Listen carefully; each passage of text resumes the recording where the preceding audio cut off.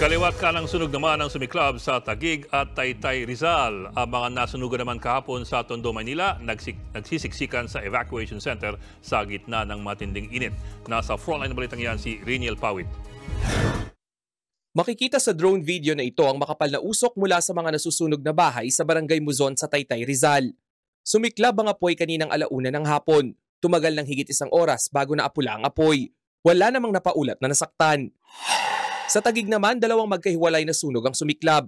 Mag-aalas 2 ang hapon kanina nang magkasunog sa Kalye 1 sa Barangay Ibayo, Tipas.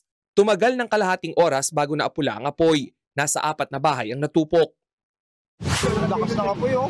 Mag-aalas 6 naman ng gabi nang sumiklab ang sunog sa isang residential area sa Barangay Bagong Bayan. Idinaan ng mga bumbero ang hose sa butas ng pader na ito. Agad namang naapula ang apoy.